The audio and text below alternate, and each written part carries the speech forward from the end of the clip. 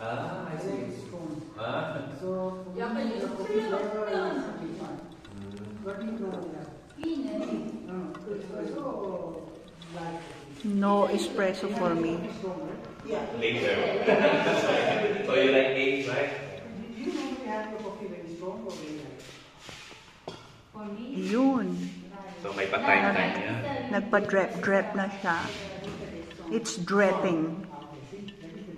Yun. Strong. Yeah, I like strong.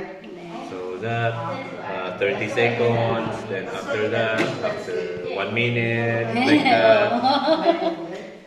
But before that, you need to Bloom. yeah, put water first on the Wash the paper. filter. Yes.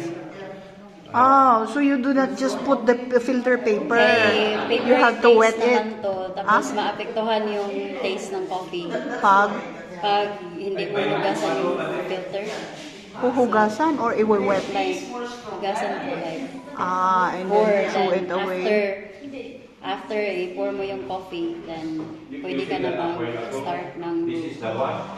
Then I cook it because there's a parchment.